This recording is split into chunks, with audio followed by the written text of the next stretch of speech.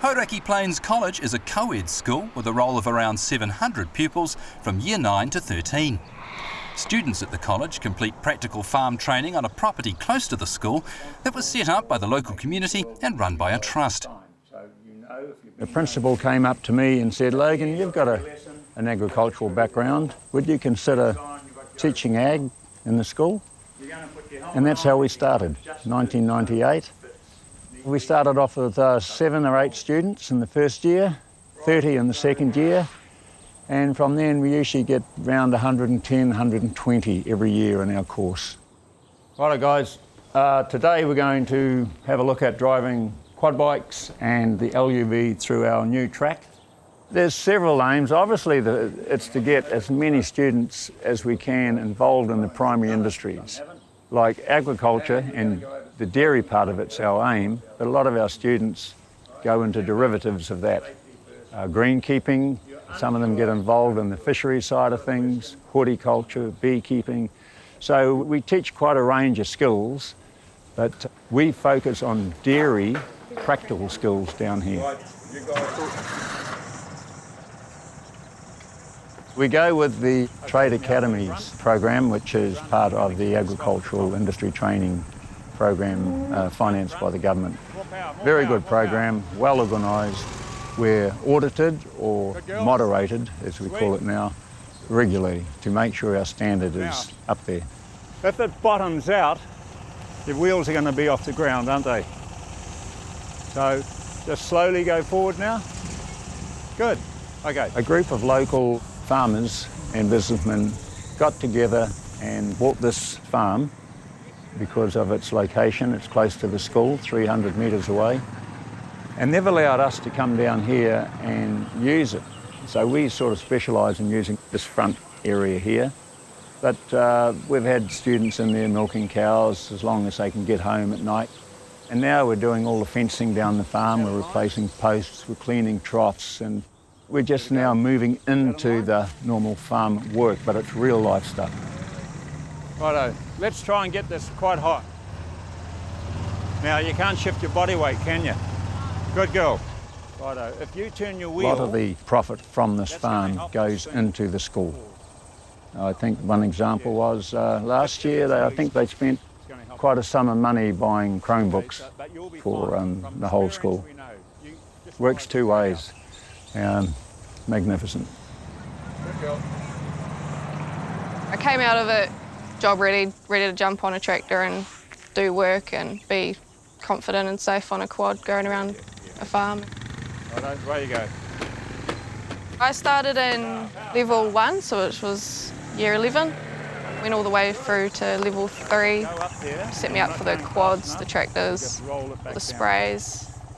Just generally starting to be aware of everything around the farm. Okay, bit of power, Paige, bit of power. Good girl, bit more, bit more. I've just finished another Dairy NZ feeding, livestock feeding.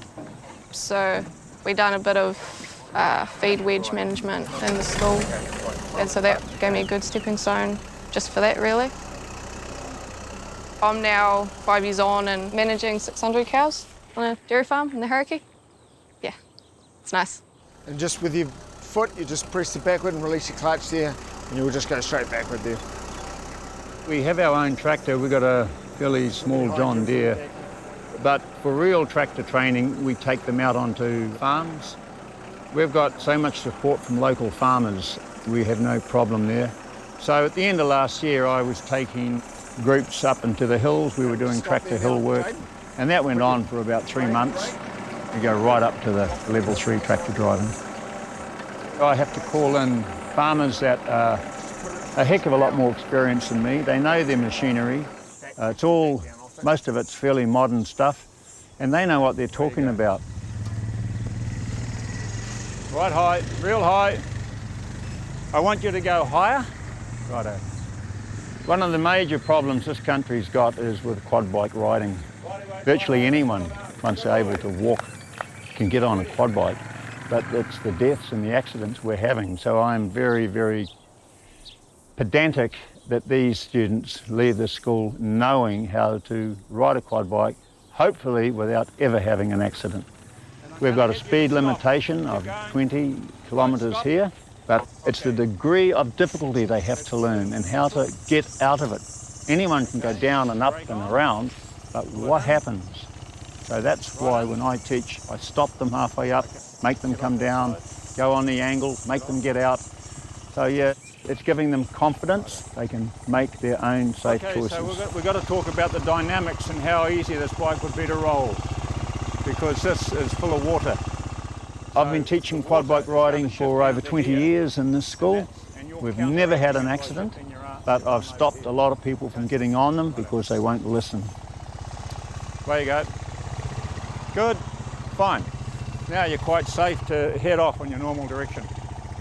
Temporary electric fencing, we're quite pedantic on that too, because if cows break through the fence, then there goes the farmer's feed budgeting for the day. So that's another skill we hone in on.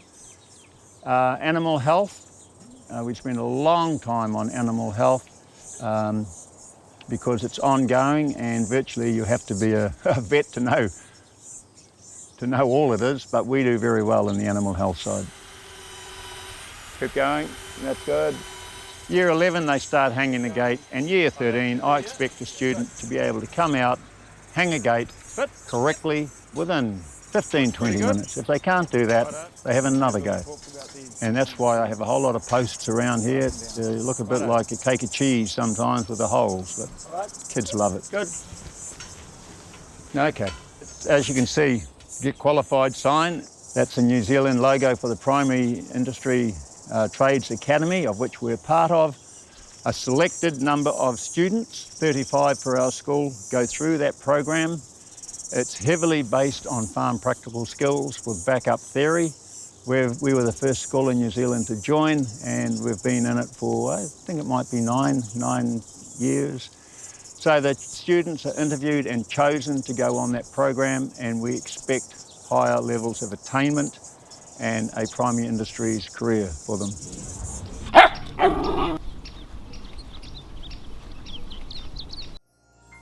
This program was made with funding from New Zealand On Air.